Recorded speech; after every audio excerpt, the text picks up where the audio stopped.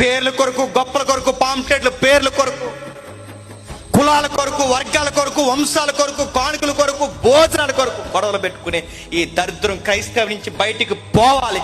ఉన్న 4 సంఘాలన్న ఐక్యతతో కలిసి చావోరేవో యేసు కోసమే చస్తామన్న గొంతులు బయటికి రావాలి. ఆ 4 చాలండి వేసుకోవాలి. ఇంకొద్దు ఇంకా, ఎందుకంటే నిద్రపోయింది చాలేక. ఎప్పుడు 2% అండి, ఇప్పుడు 2%, ఇంకెప్పటికే 2% అన్నా.